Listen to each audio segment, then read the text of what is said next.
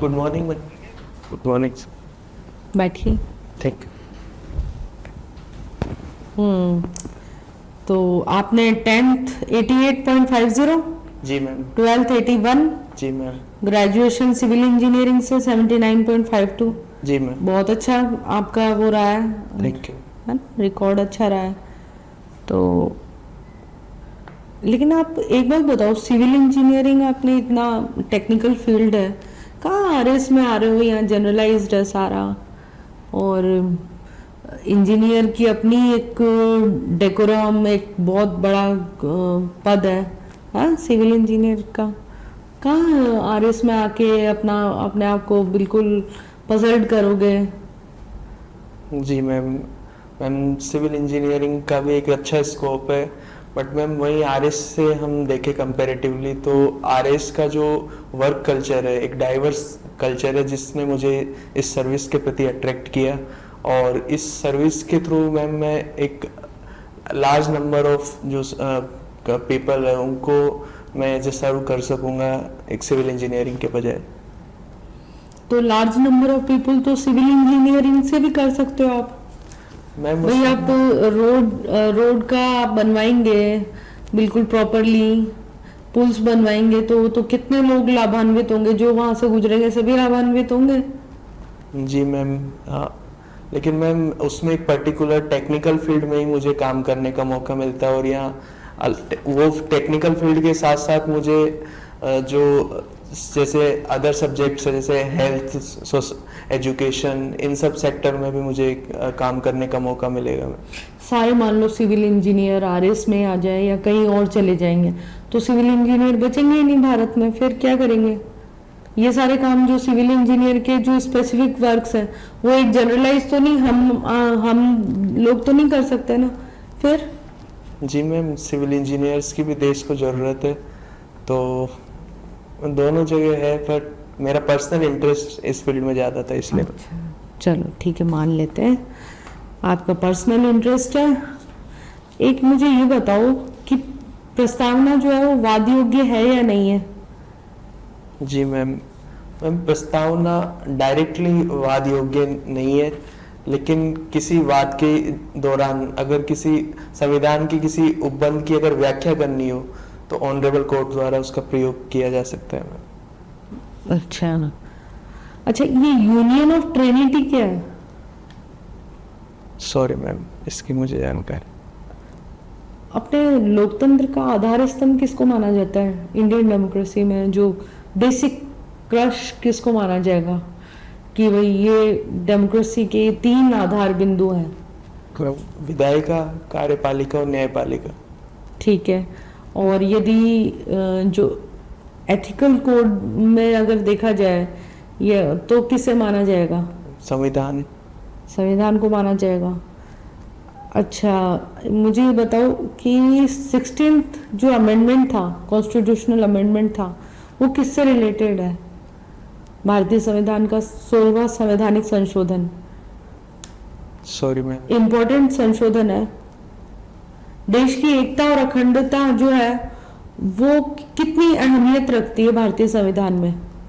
Ma'am देश की अखंडता और एकता को सभी जगह महत्व दिया गया है, चाहे वह प्रस्तावना हो और मूल अधिकार हो और अन्य संवैधानिक अधिकारों में भी उसका उल्लेख किया गया है मैम।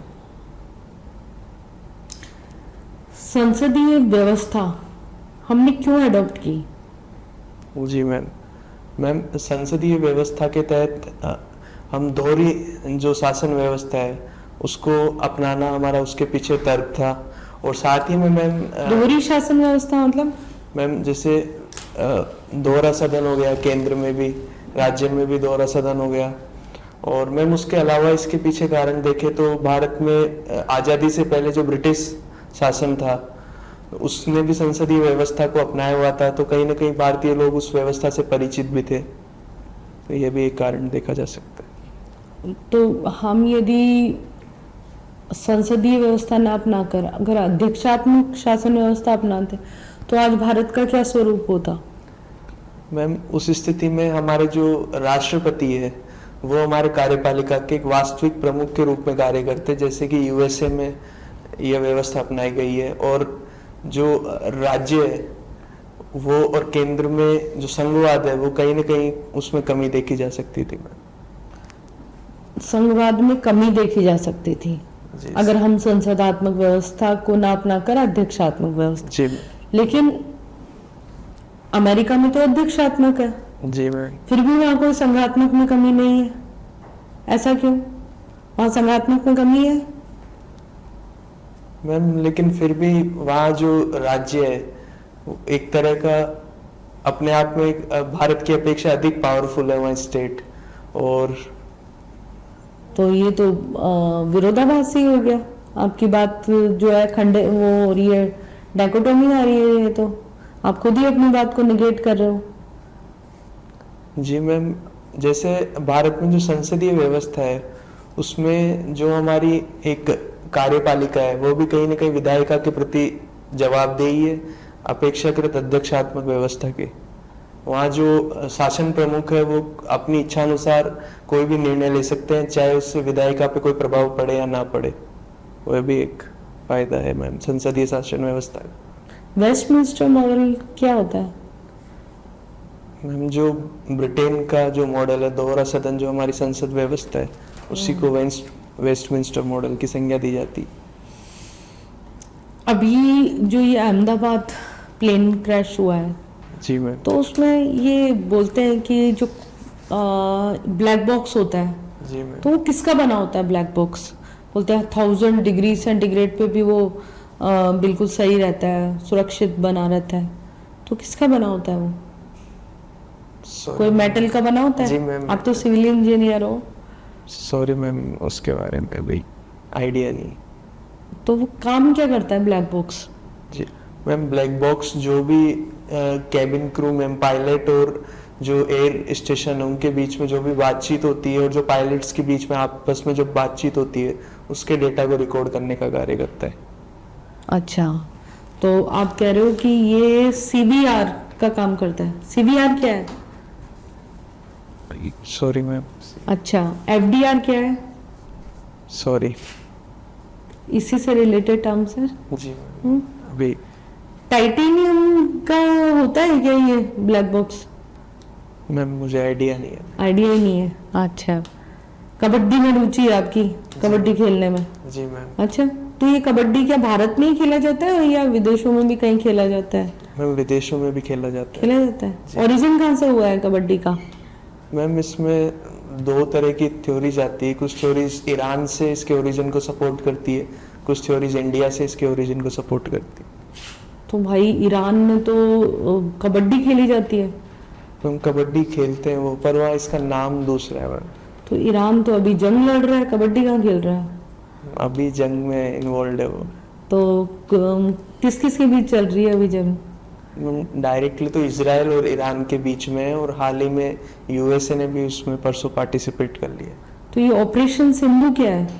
मैम ऑपरेशन सिंधु के तहत जो ईरान से जो भारतीय है उनको निकालने के लिए चलाया गया है भारत सरकार द्वारा। पहले अच्छे संबंध थे, बताते हैं कि ईरान और इजराइल के बहुत अच्छे हार्मोनी रिलेशंस थे। क्या हुआ अचानक से इनके रिलेशंस खराब हो गए? जी मैम। मैम 1970 के दशक से पहले वहाँ राजतंत्रात्मक शासन व्यवस्था थी, तो उससे इजराइल के एक अच्छे संबंध थे। लेकिन उसके बाद उनके स्थान पे जो इस्लामिक जो शासन है वो अस्तित्व में आया और उनका आधार ही कहीं ना कहीं इजराइल का विरोध था। कौन बने थे 1973 में वहाँ के नेतृत्व? किनका था? खोमैनी। Khomeini ma'am. वो धार्मिक शासन की स्थापना हुई थी। उसके बाद ये रिलेशंस में थोड़ी कड़वाहट आ गई। अच्छा, ठीक है। प्रॉपर्टी देख लो। जी सर। तो आपने देखा होगा कि ईरानियन है वो डिफेंडर बहुत शानदार है, जी लेकिन रेडर नहीं है। रेडर का इवन आप एक आधे का नाम भी नहीं जानते होगे। नहीं सर, नहीं ना? डिफेंडर ही। डिफेंडर सब जानते हो, फजल अतराचली वगैरह सब है ना। जी ऐसे क्या रीजन है? सर, हो सकता है जो टीम जिन प्लेयर्स को ऑक्शन में खरीदती है वो कहीं ना कहीं अपनी जो डिफेंडर की आवश्यकता के अनुसार भारत में उनको खरीदा जाता है। तो वहाँ पे डिफेंडर क्यों नहीं खरीदते? और मैम अब सर Sorry, अपने इंडिया के जो रेडर है रेडर। कहीं ना कहीं उनसे अच्छे हैं उनका परफॉर्मेंस। इसका रीज़न ही पूछ रहा हूँ मैं। ये तो आपने एक्सप्लेन कर दिया कि ये ऐसा होता है, उसका रीज़न क्या है? रीजन तो एग्जैक्टली नहीं पता। अच्छा, कितने प्लेयर होते हैं कबड्डी में? 7 सर 7 तो इन ग्राउंड और खेलते हैं, 5 टोटल 12 होते हैं वैसे। टोटल 12। तो ये जो घेरा बनता है, जी ये सर 7 प्लेयर का ही क्यों बनता है, 10 का क्यों नहीं बनाया? सर वो ग्राउंड की साइज के हिसाब से आए थे ग्राउंड बड़ा कर सकते थे, क्या दिक्कत थी? सर इतना क्या कोई रीज़न है इसका? Sorry sir. अच्छा, अब जब क्रिकेट खेलते हैं, बॉलिंग करते हैं, तो क्रिकेट नहीं बोलते ना, ये फिर कबड्डी कबड्डी क्यों बोलते हैं? सर इसके बेसिक इसमें जो श्वास का नियंत्रण है वो एक महत्वपूर्ण माना गया है इस खेल में, तो उसको बनाए रखने के लिए कबड्डी शब्द का उच्चारण किया जाता है। तो श्वास का क्रिकेट में नहीं है, श्वास का बैडमिंटन में नहीं है, सर पर इसके जो मूल नियम है प्राचीन काल से इसी ये क्यों बनाया नहीं है? सॉरी सर नहीं पता। लॉस्ट। अच्छा, ऐसा कौन सा गेम है जो कबड्डी के सिमिलर है? सर डायरेक्टली तो खो खो को बोल सकते हैं हम भागने में। कबड्डी के सिमिलर। एग्जैक्टली तो सर मुझे अच्छा, 5 ट्रेडिशनल गेम के नाम बताओ इंडिया के। सर खो खो, सतोलिया, कबड्डी, एक मलखंब और एक पहलवानी। तो क्या रीज़न है कि ये जो प्राचीनतम अपने गेम हैं वो धीरे धीरे विलुप्त हो रहे हैं, जिस और नए नए गेम्स हैं वो डेवलप हो रहे हैं, इसका क्या रीज़न है? सर जो वर्तमान पीढ़ी है वो कहीं ना कहीं सोशल मीडिया और टेक्नोलॉजी से जुड़ी हुई है, तो इसके कारण हमारे जो बाहरी संस्कृति के खेल है उनसे अधिक अटैचमेंट हो गया है, तो इस कारण सर हमारे जो प्राचीन खेल है वो विलुप्त होते जा रहे हैं। अच्छा, बाहर के कौन कौन से गेम आए? सर जैसे अभी वर्तमान में जैसे क्रिकेट है सर, क्रिकेट भी कहीं ना कहीं और ब्रिटेन। क्रिकेट के अलावा? सर फुटबॉल और सर बास्केटबॉल। पक्का बाहर का है? सर एग्जैक्टली तो राजस्थान का कौन सा state game? Sir state game kabaddi sir. Rajasthan का? सर जहाँ तक मुझे पक्का? श्योर नहीं हो सर। क्यों? तो आप तो राजस्थान में रहते हैं, स्पोर्ट्स आपकी हॉबी है, ये तो आना चाहिए। सर अभी आइडिया नहीं। अच्छा, पुराने बने हुए जो ब्रिज है, जी सर। पुरानी बनी हुई स्ट्रक्चर है, वो अभी भी उसी हालत में, लेकिन अब जो पिछले 20-30 साल से बना रहे हैं वो टूटते जा रहे हैं, सर क्या जो रीज़न है सर? पुराने स्ट्रक्चर है वो कहीं ना कहीं सर जो लोकल मटेरियल है उनका यूज़ करते हुए और एक विस्तृत क्षेत्र का प्रयोग करते हुए उन्हें बनाया गया है, तो वो वहाँ की जलवायु के भी सूटेबल होते हैं और समय समय पे उनकी मरम्मत भी सरकार द्वारा कराई जा रही है। और साथ इनकी नहीं होती जो सर आपने बनाए हो? जी सर, लेकिन सर जो नए स्ट्रक्चर है वो कहीं ना कहीं जो आधुनिक मटेरियल है और जो जगह है सारे स्पेस, इन सभी चीज़ों को ध्यान में रख के बनाए गए हैं, और कहीं ना कहीं कॉस्ट हो गया और ये भ्रष्टाचार जैसी समस्याएं हो गई, ये भी एक कारण है वर्तमान स्ट्रक्चर्स के कोलैप्स करने का। इससे कैसे पार करना होगा इंडिया को? एक तरफ अपने वो सुपर पावर बनना चाहते हैं और दूसरी तरफ है ये एक थिंकर हुए थे गुनार मिल्डार्ड, उन्होंने बोला कि इंडिया के अंदर है करप्शन, एक तरह से वो सेंसिटाइजेशन ऑफ करप्शन हो चुका है। जी सर। ठीक है, तो इसको कैसे ख़त्म करेंगे आप? सर करप्शन नहीं करता तो उसको समझ ही नहीं जाता, उस आदमी को भी यार तुम क्या कर रहा है यहाँ, इतनी सर- अच्छी पोस्ट है फिर भी। जी सर। सर इसमें कहीं ना कहीं हर एक स्तर पे हमें सुधार करने होंगे, जैसे प्रशासन में हमें ई गवर्नेंस को बढ़ावा देना होगा, सामाजिक स्तर पे जो भ्रष्टाचार है उसकी सामाजिक स्वीकार्यता के बजाय उसको एक सामाजिक कलंक के रूप में हमें घोषित करना होगा, और सर जो व्यक्तिवाद उपभोक्तावाद है ऐसे मूल्यों को कहीं ना कहीं कम करने की आवश्यकता है, और उससे भी अधिक सर हम व्यक्तिगत स्तर पर खुद में अगर सुधार करने का प्रयास करें तो सोसाइटी के लेवल पे हम उसमें सुधार कर सकते ये तो किताबें वाली बात हो गई, प्रैक्टिकलिटी बताओ। हैं। सर प्रैक्टिकल यही है जितना पॉसिबल हो सके उसमें हम ई गवर्नेंस ई गवर्नेंस आपने बता दिया। ई गवर्नेंस तो बोलना जा रहा है कि e governance is इंस्टीट्यूशनलाइजिंग corruption.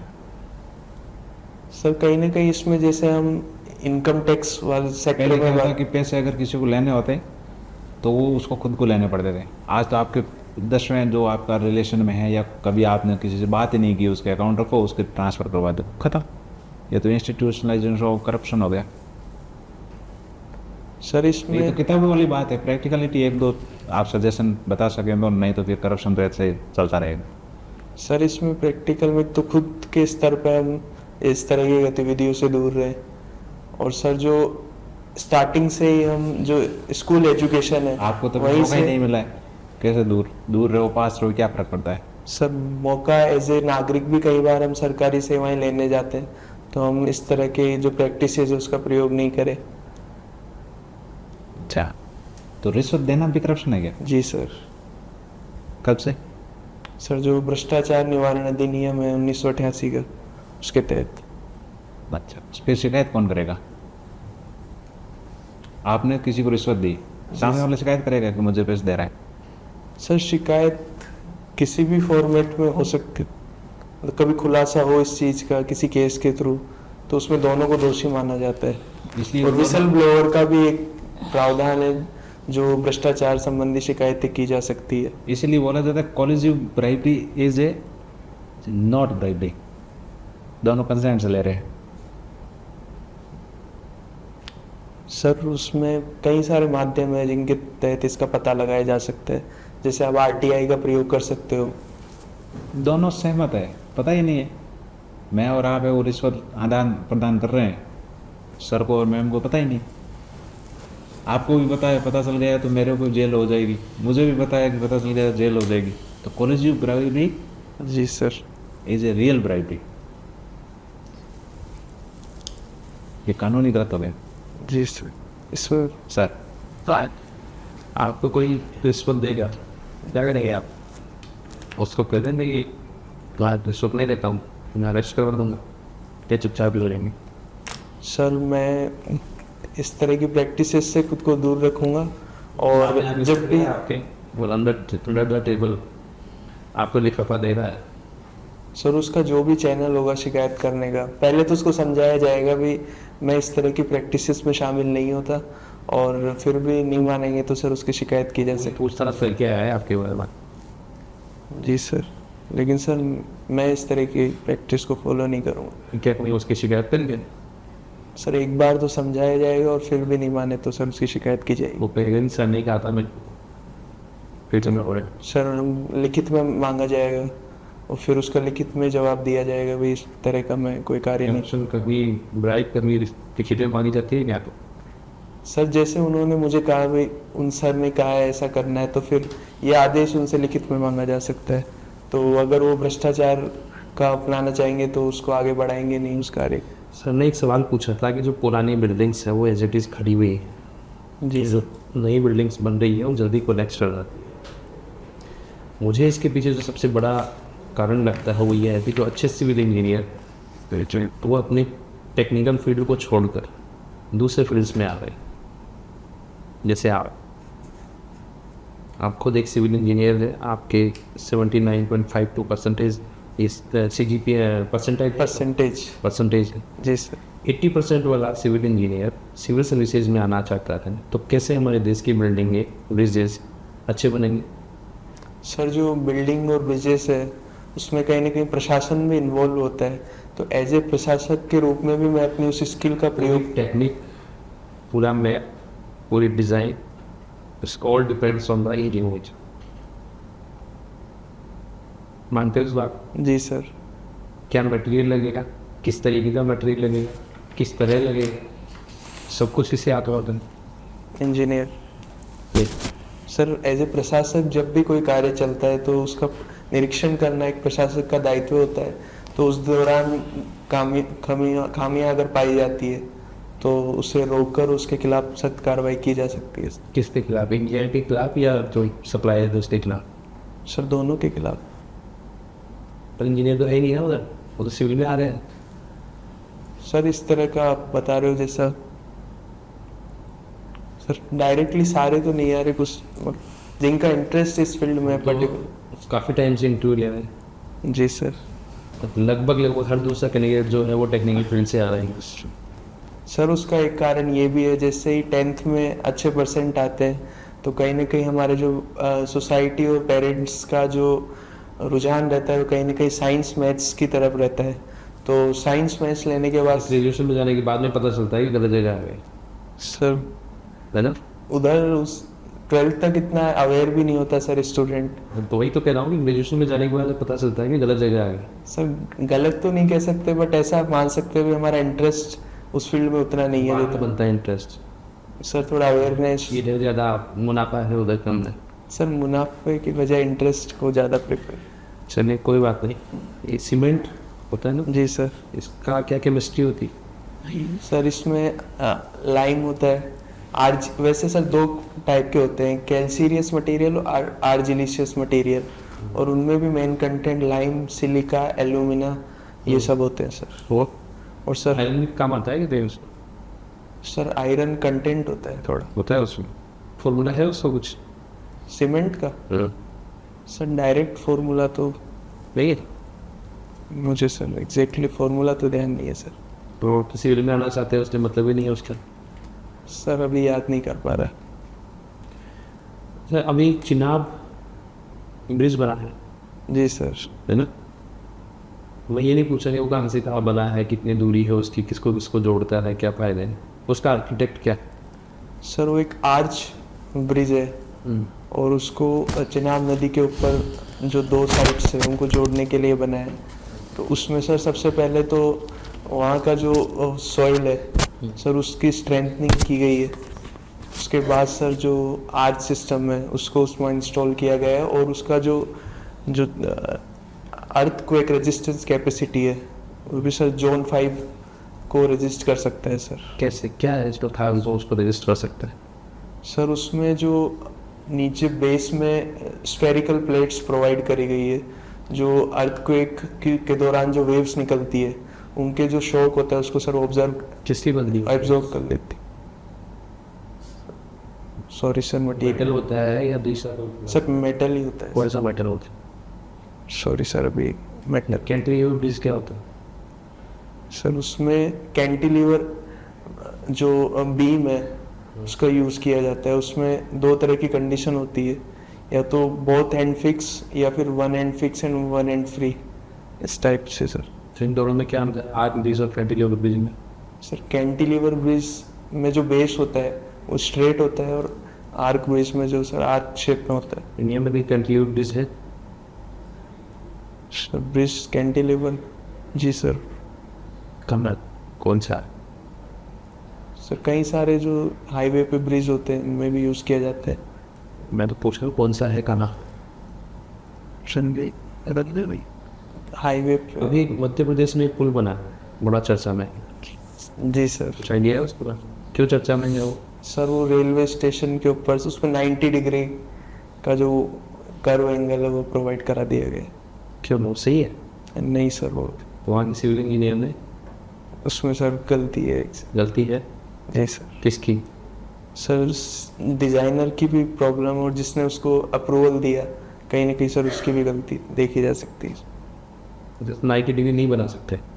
Sir 90 degree अगर वहाँ व्हीकल मूवमेंट है तो दिक्कत है, और अगर प्रशासन का यही कहना है। जी सर प्रशासन का कहना यही है व्हीकल मूवमेंट कि जरूरत थी वहाँ पे ऐसा बनाने की, इसलिए बनाया गया। सर वैसे उसमें कोलिजन होने के चांस ज़्यादा रहते हैं। ये ब्लॉक्स के बारे में सुना होगा आपने? जी सर। बिल्डिंग मटेरियल कितने टाइप के ब्लॉक्स होते हैं? सर वैसे तो होलो होते हैं और सॉलिड ब्लॉक होते हैं। ये डबल एसी ब्लॉक कौन सा होता है? ये सर फ्लाई एस से बने हुए थे, एरिएटेड ब्लॉक्स बोलते हैं इनको। पूरा फुल फॉर्म क्या है? सर वो फर्स्ट ए का सर मुझे याद नहीं आ रहा, उसके बाद एरिएटेड ब्लॉक बोलते हैं सर। चलिए मैं लास्ट क्वेश्चन पूछता हूँ आपसे। कबड्डी खेलते हैं?